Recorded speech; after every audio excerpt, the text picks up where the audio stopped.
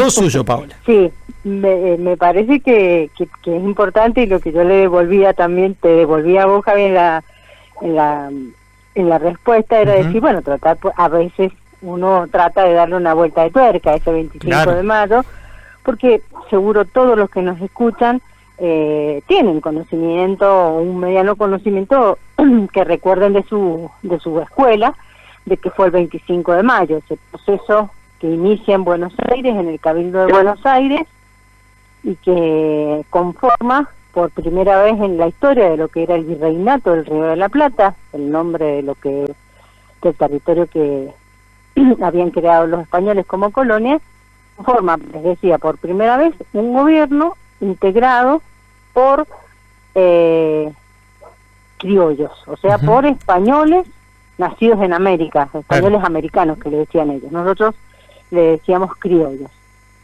Formar un gobierno de estas características era cuestionar de alguna manera el liderazgo de las autoridades españolas peninsulares, o sea, las que habían nacido en España y que habían sido puestas aquí a través de la figura del virrey por el rey español.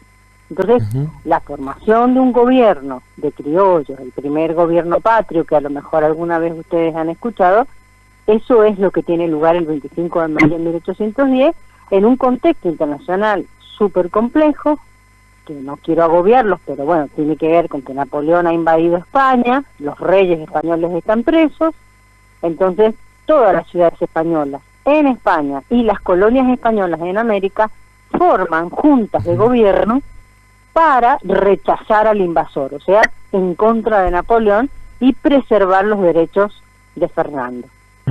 Lo que pueden ustedes preguntarme, los que están también escuchando, es decir, bueno, que entonces la Revolución de Mayo en Buenos Aires también era una revolución que conservaba los derechos de Fernando VII. Sí.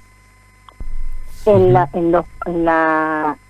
fachada, digamos, era una revolución que conservaba los derechos de Fernando VII, que era el rey español cautivo de los franceses. Pero en realidad, los que integran esa junta son revolucionarios, o sea, lo que quieren hacer es cuestionar, o sea, están haciendo cuestionar el poder de los reyes españoles, cuestionar el formato de la monarquía, porque ellos son Mariano Moreno, Castelli, French, Beruti, ellos son lectores y admiradores de los revolucionarios franceses, recuerden que la Revolución Francesa termina con la monarquía, y también son lectores de los revolucionarios norteamericanos, Paola, que también se separan de Inglaterra. Paola, en ese contexto, es muy descabellado pensar que esta revolución se hace por la vanguardia inglesa que había en ese momento y estar más cercanos al comercio y al trato con Reino Unido que con España. No, para nada. Yo te diría que en realidad una de las causas económicas de la revolución es esa, es que estos criollos, que son gente con algunos recursos económicos, que manejan algunas redes comerciales internas, algunos manejan redes de ultramar, digamos, redes internacionales, pretendan legalizar el comercio que tenían con Inglaterra, que era ya un hecho, pero era considerado por la corona española como contrabando. Entonces, corriéndose de la autoridad española, legalizan el comercio con Gran Bretaña, y esa legalización les permitía una profundización. Así que no, de ninguna manera el trasfondo económico revolucionario, más allá del ideológico que yo les mencionaba primero, es ese es el contexto. Muchos historiadores coinciden con ese análisis. Recuerden que también los historiadores tenemos miradas siempre o sesgadas o acotadas a lo que nos pueden decir las fuentes. Entonces, depende de la interpretación que vos quieras hacer, pero los historiadores marxistas sobre todo ponen como punta de lanza esta causa revolucionaria. Los que hacen historia más institucional son los que piensan, por ejemplo, que en realidad esta revolución fue fidelista, fue fiel al rey, y que en realidad fueron logias secretas inglesas las que fomentaron la revolución. Digo, depende de la interpretación.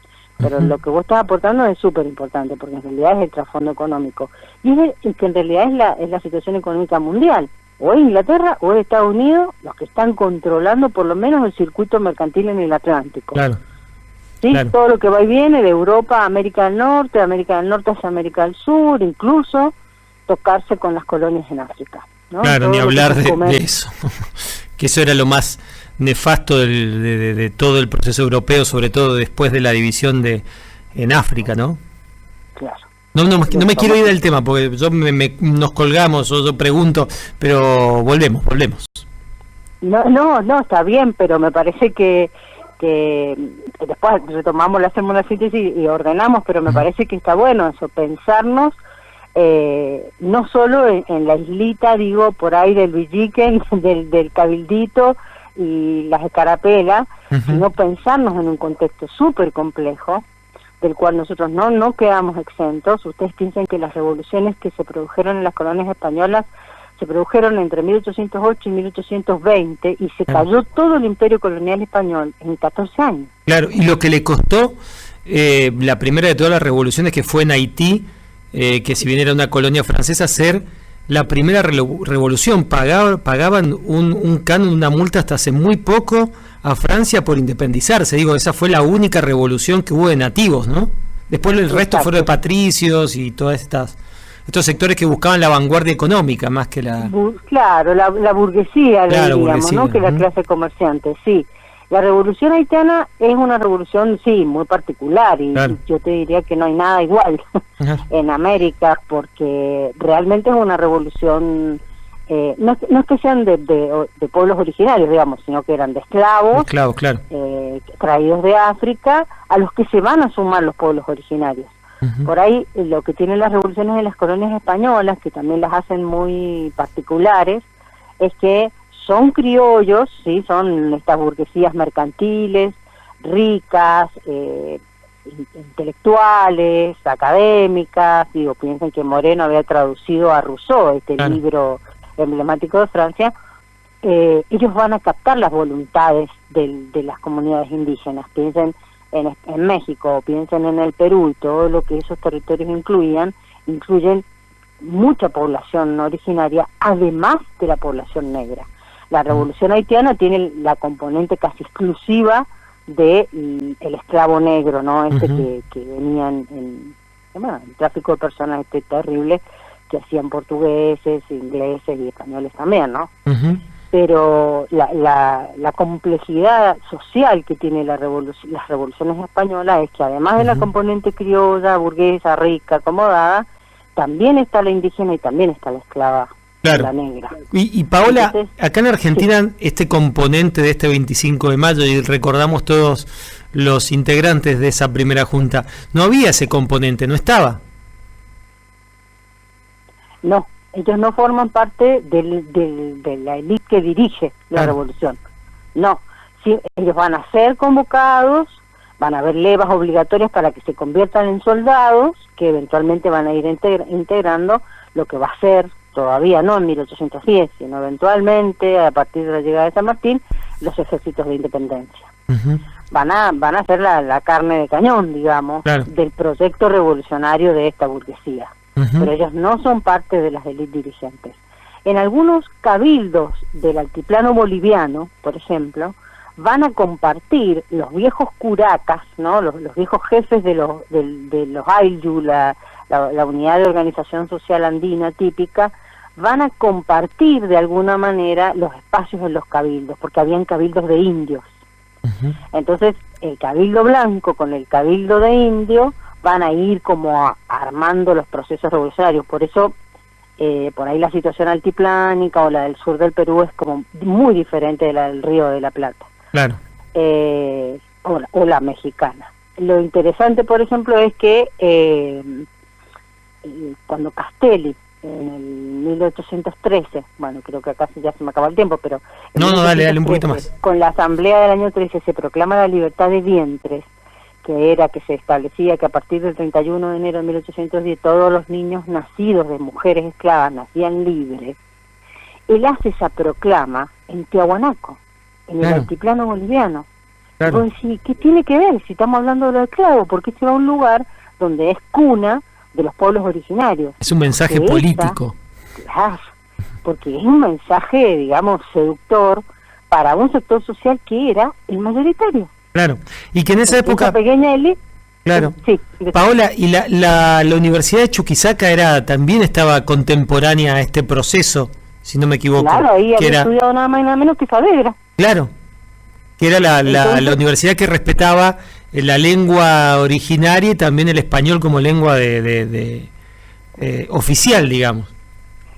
Claro, mira, ahí por eso el caso altiplánico es como un caso especial y alucinante para estudiarlo, porque ahí es la prepotencia también del número. Digo, vos podrás ser muy español, muy conquistador, muy vencedor, desde 1532 que ganó Pizarro en adelante, pero ahí tenés 30, 35, bueno, si te vas depende de la demografía, 50 millones de indígenas. O sea que ahí lo que gana es el número. Digo, si vos no aprendías las lenguas originarias, si no permitías o hacías oído sordo y vista ciega a algunas prácticas rituales que tenían que ver con la conservación de los grupos, no podías dominar. Claro. Entonces, es por eso que incluso las universidades, que son clericales, digamos, recuerden que la mayor parte de las universidades son sostenidas por la Iglesia en esta época, tienen que tener esos permisos. Quienes más, no es que fueron flexibles, pero quienes diseñaron otra estrategia de acercamiento al pueblo indígena, que no fue la del genocidio, la exterminación, fueron algunas órdenes religiosas como los jesuitas, por ejemplo. Claro. Las misiones jesuíticas, las iglesias, las universidades, la Universidad de Córdoba era una universidad jesuítica acá en el Río de la Plata. Bueno, lo que hacen es un acercamiento a la comunidad originaria, conocen las lenguas, catequizan, o sea, hacen su práctica de imposición, digamos, de lo que son el paradigma, digamos, religioso de la cultura occidental, pero a su vez reciben beneficios de esas comunidades que ellos catequizan, digamos, trabajan para ellos, sostienen la misión, eso genera excedentes en las misiones jesuíticas que les permiten hacer, digamos, intercambios con otras misiones jesuíticas. Hay un estudio en Córdoba muy interesante sobre las misiones paraguayas, la misión cordobesa, el paso por Mendoza y la llegada a Chile, de cómo iban y venían el tabaco, el vino, el aguardiente, la yerba, por las misiones, digamos, jesuíticas. Claro. Ese circuito, digamos, de el español blanco, pero clerical, con lo indígena, también es una componente que hay que estudiar acá, porque buena parte de los cabildos que van a declararse revolucionarios tienen sacerdotes hacia el interior de la élite que dirige. Sí, estaba muy arraigado. Bueno, acá está el de Anfune, digamos, ¿no? Claro. Entonces digo, es como la componente social es súper heterogénea, y si bien los historiadores hacemos algunas generalizaciones como a fin de poder aproximarnos de alguna manera a los problemas, también tenemos que hacer estudios de caso, ¿no? Sí. Y las revoluciones del Río de la Plata, tanto del lado de Buenos Aires como del lado de Montevideo, son bien distintas a las que se dieron en el altiplano peruano-boliviano o a las que se dieron en el Virreinato de la Nueva España, en México. Pero bueno, valen, digamos, algunas consideraciones generales que tienen que ver con ese mega contexto internacional de lo que está pasando en España y en Europa y en Estados Unidos y en Inglaterra, pero también, bueno, ver la particularidad nuestra, porque ustedes piensan que en Buenos Aires no hay población indígena. Claro. Pero sí hay mucha población negra.